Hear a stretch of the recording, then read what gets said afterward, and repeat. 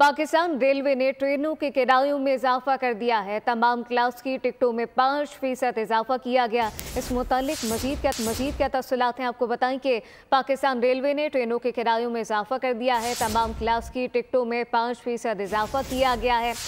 ट्रेनों के किरायों में इजाफा कर दिया गया है।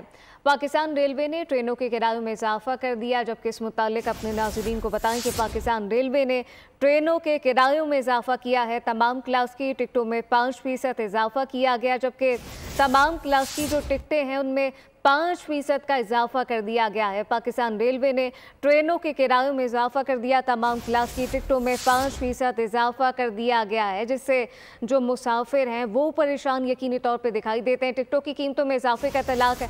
इस मुतालिक आपको बताएं कि पाकिस्तान रेलवे ने ट्रेनों के किरायों में इजाफा कर दिया। सब्सक्राइब करें और बेल दबाएं ताकि कोई खबर रह न जाए।